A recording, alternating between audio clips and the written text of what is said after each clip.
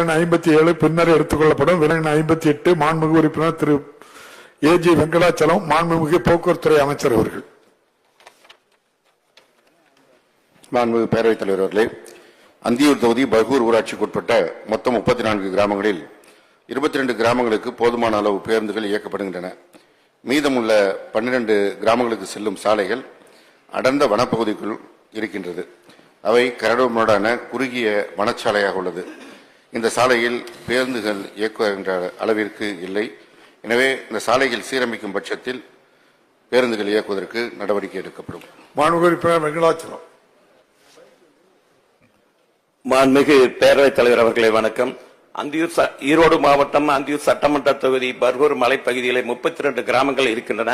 அதில் பல்வேறு கிராமங்களுக்கு பேருந்து செல்லுகின்ற சூழ்நிலை இருக்கிறது.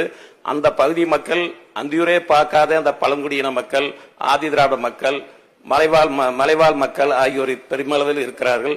அதால் மக்களுடைய வாழ்வாதாரத்தை கவனத்தில் கொண்டு சிறப்பனமாக கருதி அந்த பர்கூர் மலைப்பகுதியை பொறுத்தவரை 3 பகுதியாக பிரிந்து பரந்த வெளியில் மக்கள் இருக்கிறார்கள். அந்த மக்களை மெயின் ரோட் பர்கூரில் இருக்கின்ற மெயின் ரோட்டிற்கு கொண்டு வந்து சேர்த்த 2 சிற்றுந்துகளை இயக்கி அந்த மக்களை பர்கூர் மெயின் ரோட்டிற்கு கொண்டு வந்து விட்டு விட்டாலே போதும்.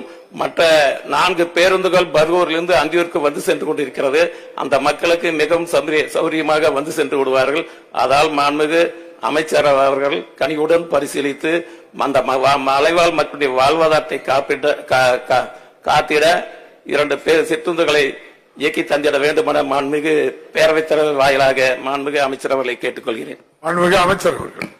மாண்புமிகு பேரவைத் தலைவர் அவர்களே, பேருந்து வசதியே இல்லாத மக்களுக்கெல்லாம் பேருந்து வசதியை தர வேண்டும் என்பதுதான் நம்முடைய மாண்புமிகு முதலமைச்சர் அவருடைய அறிவுரை. அந்த வகையில் தான் தருமபுரி மாவட்டத்தில் வத்தல்மலை என்ற பகுதியில் நம்முடைய மாண்புமிகு திராவிட மாடல் முதலமைச்சர் அவர்கள் சென்றபோது அந்த பகுதி மக்களுக்கு பேருந்து வசதி இல்லை என்ற குறையை போக்க வேண்டும் என்று நம்முடைய மாண்புமிகு முதலமைச்சர் அவர்களிடத்திலே மனு அளித்தார்கள். முதலமைச்சர் அவர்கள் அதை கனிவோடு பரிசீலித்து அந்த சாலையை விரிவாக்கம் செய்து பேருந்து விடுவதற்கு ஆணையிட்டார்கள். கடந்த ஆண்டு மாண்புமிகு வேளாண்மை மற்றும் உழவர் நலத்துறை அமைச்சர் அவர்கள் அந்த பேருந்தை அங்கே இயக்கி வைத்தார்கள். எனவே பேருந்து இயக்க வேண்டும் என்பதுதான் மாண்புமிகு முதலமைச்சர் அவர்கள் நமக்கு வழங்கியிருக்கின்ற அறிவுரை. அவருடைய அந்தியூர் சட்டமன்ற தொகுதியை பொறுத்தவரை அதில் இருக்கின்ற அந்த மலை கிராமங்களில் பல்வேறு கிராமங்களுக்கு ஏற்கனவே பேருந்து வசதிகள் இருக்கின்றன. இருந்தாலும் ஒரு சில கிராமங்களுக்கு அந்த பேருந்து வசதிகள் இல்லை.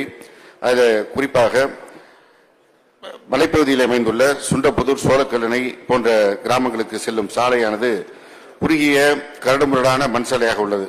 இன்னொன்று, வனத்துறையிலே அந்த வனசாலை அமைப்பதற்கு ஒன்றிய அரசிலே அனுமதி பெற்றுதான் அமைக்க வேண்டிய சூழல். எனவே அதில் இருக்கின்ற இடர்பாடுகள் நீக்கி அந்த புதிய சாலைகள் அமைக்கும் பட்சத்தில் அங்கே பேருந்து இயக்குவதற்கு நடவடிக்கை எடுக்கப்படும். மாண்புமிகு உறுப்பினர் ஏஜி வெங்கடாச்சலம். மாண்புமிகு பேரவைத் தலைவர் அவர்களே, அமைச்சர் அவர்களுடைய அறிவிப்புக்கு நன்றி. அந்தியூர் தொகுதி மலைவாழ் மக்களின் சார்பாக நன்றினை தெரிவித்து அந்தியூர் தொகுதியிலே மோட்டார் வாகன ஆய்வாளர் அலுவலகம் இல்லை. அந்தியூரிலிருந்து 20 கிலோமீட்டர் தொலைவில் பவானி நகருக்கு தான் செல்ல வேண்டி இருக்கிறது. அது அந்தியூரிலிருந்து 20 கிலோமீட்டர் என்றாலும் கூட மலைப்பகுதியிலிருந்து 70 கிலோமீட்டர், 60 கிலோமீட்டர், 50 கிலோமீட்டர் போன்ற தொலைதூரத்திற்கு வந்துதான் இந்த வாகனங்களை பதிவு செய்ய வேண்டிய சூழ்நிலை அந்த மக்களுக்கு கஷ்டத்தில் இருந்து வருகிறார்கள். அதனாலே அந்தியூரிலே ஒரு மோட்டார் அந்தியூருடைய வட்டத்திலே அந்தியூர் சட்டமன்ற தொகுதியிலே ஒரு மோட்டார் வாகன ஆய்வாளர் அலுவலகம் திறக்க வேண்டும் என மாண்புமிகு பேரவைத் தலைவர் வாயிலாக மாண்புமிகு அமைச்சர் அவர்களை கேட்டுக்கொள்கிறேன்.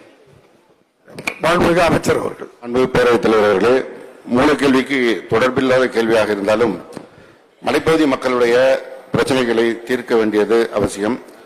அங்கே இருக்கின்ற வாகன செறிவினை கணக்கிலே எடுத்துக் கொள்ளப்பட்டு அரசினுடைய நிதிநிலைக்கு ஏற்ப பரிசீலிக்கப்படும் என்பதை அன்போடு தெரிவித்துக் கொள்கிறேன்.